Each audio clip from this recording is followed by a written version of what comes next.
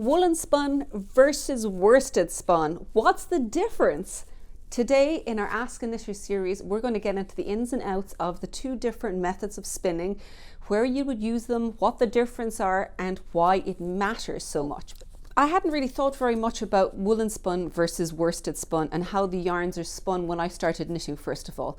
It was only really as I began designing and also as I started substituting, or I started getting questions from knitters about substituting, that I realized that the way the yarn is spun has a very significant impact on what your finished piece is going to look like. And neither of them are better or worse, they're just different is the best way to put it. Woolen spun I became most familiar with, first of all, and the reason I became familiar with it is all of the mills in Ireland are woolen spun mills. Woolen spun, you'll kind of recognize it. There's two reasons you would recognize it. The first is when you hold it up and you start looking at it, it looks a little hairier, that basically there's little fibers sticking out. It's not as smooth, but also it's got a much lighter quality to it because the way it's spun traps air in the fibers. So it feels way lighter when you pick it up. So basically when the woolen spun is being spun, you've got it's initially the fleeces are mixed up, it's going to be carded.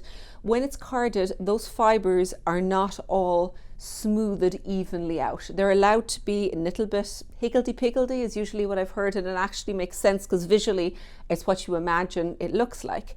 But what that means is because the fibers aren't all lined up and you've got different staple lengths of the fibers, so the little strands inside it have got a bit more variety, when it's spun, it actually traps a lot of the air in the yarn and then it's twisted together. So there's air in there, and so each bit of the fiber, it feels a lot lighter. It goes a bit further because there's more air in it.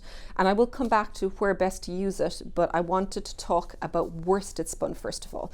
So each of these is the same weight, but this feels considerably denser, and that's because of how it's spun. So when this is being carded, it's going to have those fibers smooth it out and they're all going to be lining up in the same direction. If the short staple lengths, those are going to be taken out. So it's going to be the same staple length, and then when it's spun very smoothly and with no air. So if you hold the fiber up and you start looking at it closely, there's no hairiness sticking out, and it's got a very smooth, firm texture to it, and it feels denser and it does feel heavier in your hand. So if you're in a yarn shop, you can ask them, say, do you know which one is woolen spun? Do you know which is worsted spun? Or if you know what you're looking for, you'll probably be able to spot it fairly easily. Particularly the ones that are more rustic versus kind of heading in superwash are much more refined, I suppose. The way your stitches will look totally different as well. With worsted spun, the way I think of it is what you see is what you get. That when you've got a worsted spun stitch, it's going to be very crisp, fairly even, a little unforgiving, because if you make a mistake, it's not going to go away. It's not going to change in the blocking process. So you'll have lovely crisp stitches, very even stockinette stitch. But if you're doing cables and things like that, everything is going to show. So it can be fairly unforgiving. Worsted spun also is going to be your superwash. You don't superwash woolen spun. Worsted spun sometimes will have a chemical coating or a process, a mechanical process, where those grippy bits for the yarn, for the wool, are taken off to make it very smooth, which means that if you put it into the washing machine or even into a light tumble dry, it won't grip next to each other and it won't felt, which is why it's known as superwash.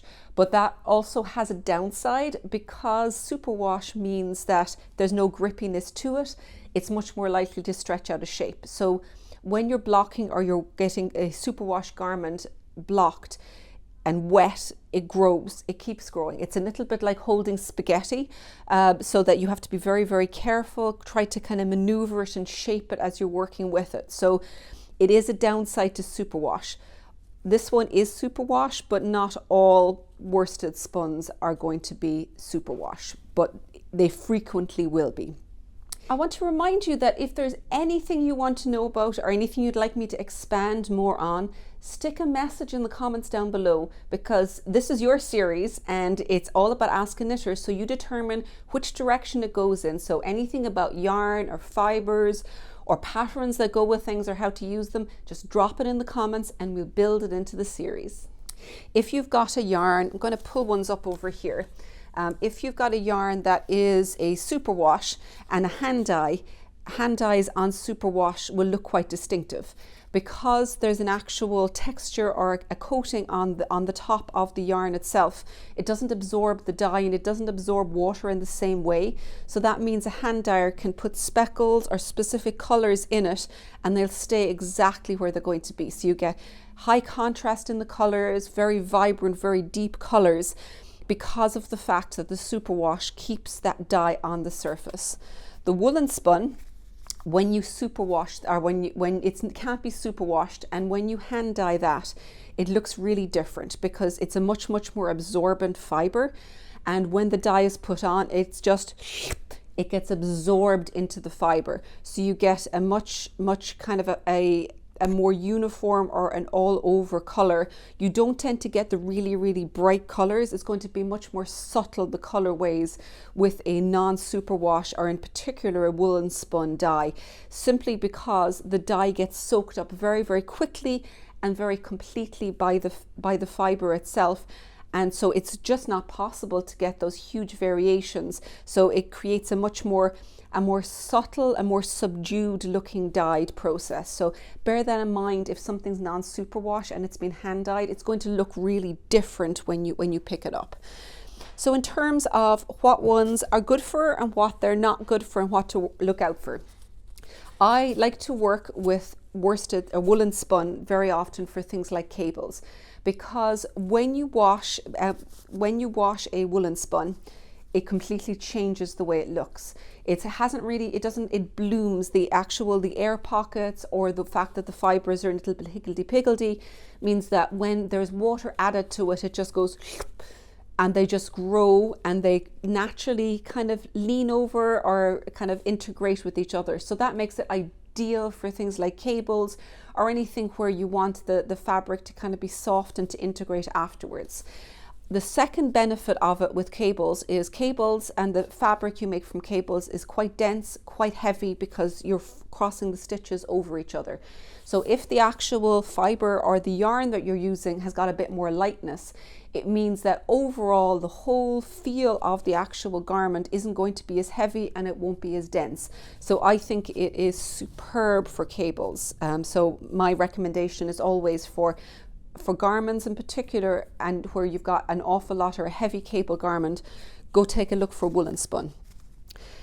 Worsted spun and superwash, anytime you want something a bit more refined, very smooth stitches, if you're happy for it to have a little bit more drape, particularly if you check how much it's going to grow with blocking, then a worsted spun and superwashes work really well. They're fantastic for things like shawls, because that's exactly what you want. You want drape, you want openness, you want to be able to block it and it to stretch quite a bit. So it does behave very differently, and you can imagine that if you've got a garment or a design that's been designed with a woolen spun and you substitute in a worsted spun, it can be done, but it will look very different. And as always, what I always say is, if you're unsure about how a stitch pattern or a pattern in general is going to work with your yarn choice, swatch it, and most importantly, block that swatch to see, does it grow, does it bloom, how does it behave after you're actually when you're going through the blocking process, because swatches are going to give you all that information. Like, you might think that swatching is just about checking your gauge, but to me, checking your fiber, checking whether the yarn you've picked matches with the stitch pattern is as important as the gauge, because even if you match the gauge, you won't like the actual fabric if it doesn't work well with the pattern yarn combo, you know. So hopefully that's given you a little bit of insight into woolen spun versus worsted spun, and when you want to pick one versus the other, and what you need to consider if you're going to substitute them out as well.